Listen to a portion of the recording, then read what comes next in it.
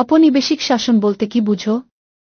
কোনো আধিপত্যশীল দেশ যখন অন্য দেশের উপর আধিপত্য প্রতিষ্ঠা করে এবং নিজস্ব স্বার্থ হাসিলের জন্য দখলকৃত দেশের জনগণকে শোষণ ও জনগণের সম্পদ লুট করে তখন সে শাসন ব্যবস্থাকে বলা হয় ঔপনিবেশিক শাসন।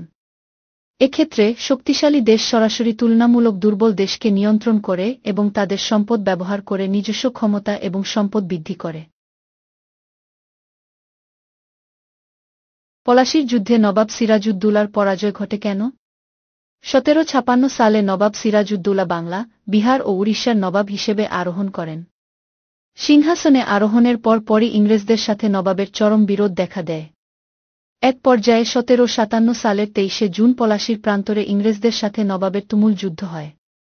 এ যুদ্ধে নবাবের প্রধান সেনাপতি মীর জাফর নবাবের সাথে বিশ্বাসঘাতকতা করেন। অপরদিকে নবাবের খালা ঘসেটি বেগম ইংরেজদের সাথে হাত মেলান। মূলত এসব কারণেই নবাব পলাশীর যুদ্ধে পরাজয় বরণ করেন। বঙ্গভঙ্গ বলতে কি বুঝো? ১৯০৫ সালের ১ সেপ্টেম্বর ভারতের সর্ববৃহৎ বাংলা প্রদেশকে বিভক্ত করে দুটি নতুন প্রদেশ সৃষ্টি করা হয়। ইহাকেই বঙ্গভঙ্গ বলে। তৎকালীন ভারতের গভর্নর জেনারেল লর্ড কার্জন ৭ কোটি জনসংখ্যা নিয়ে গঠিত ২ লক্ষ বর্গমাইল আয়তনের বিশাল প্রদেশ বাংলা প্রেসিডেন্সিকে প্রশাসনিক কার্যক্রমের সুবিধার কথা বলে বিভক্ত করেন। তিনি পূর্ব বাংলাকে আসামের সাথে যুক্ত করে পূর্ববঙ্গ ও আসাম নামে একটি নতুন প্রদেশ গঠন করেন। অপরদিকে পশ্চিমবঙ্গ, বিহার ও উড়িষ্যাকে একত্রিত করে গঠন করেন বাংলা প্রদেশ। প্রশাসনিক সুবিধার কথা বললেও মূলত রাজনৈতিক, অর্থনৈতিক ও সামাজিক সুবিধার জন্যই ব্রিটিশরা বঙ্গভঙ্গ করেছিল।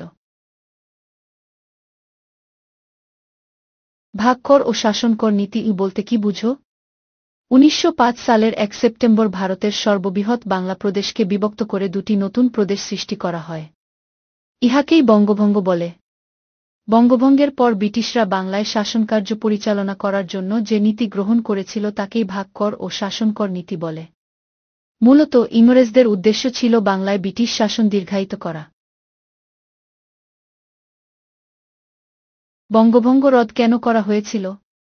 প্রতিক্রিয়াশীল হিন্দু গোষ্ঠী বঙ্গভঙ্গকে তাদের বঙ্গমাতার অঙ্গচ্ছেদ ও জাতীয়তাবাদ বিরোধী গণ্য করে এবং এর তীব্র বিরোধিতা করে। বিলেতি পণ্য বর্জন স্লোগানে ভারতে স্বদেশী আন্দোলন শুরু হয়। মূলত এসব কারণেই ১৯১১ সালে বঙ্গভঙ্গ রদ করা হয়েছিল। স্বদেশী আন্দোলন বলতে কি বুঝো? কংগ্রেস নেতৃবৃন্দ বঙ্গভঙ্গের পর থেকেই তা রদ করার জন্য প্রচেষ্টা অব্যাহত রাখে।